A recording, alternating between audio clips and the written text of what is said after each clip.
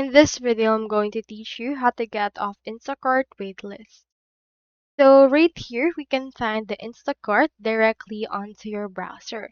Now, if you want to get off the waitlist and start with the order, as you have noticed, I have right here this particular article. And this user asked how long it takes to get off the waitlist. So they have been signed up and added today, and they used to do DoorDash, and they always like shopping and thought Instacart would be great for them. So with this, they're signing up to be a delivery rider. So the answer to that is depends on your area. It can be weeks or years, and probably not gonna be anytime soon since summers are slow. But for now, since already winter, it may be better for now. It also have a good advertisement for side hustle, and it's advertising on Craigslist as well for shoppers.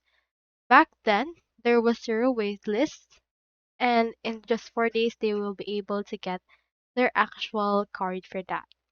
So in here, you can actually just wait maybe a week or so, and sometimes months to years. So that's all there is today, and I hope this video helped you out.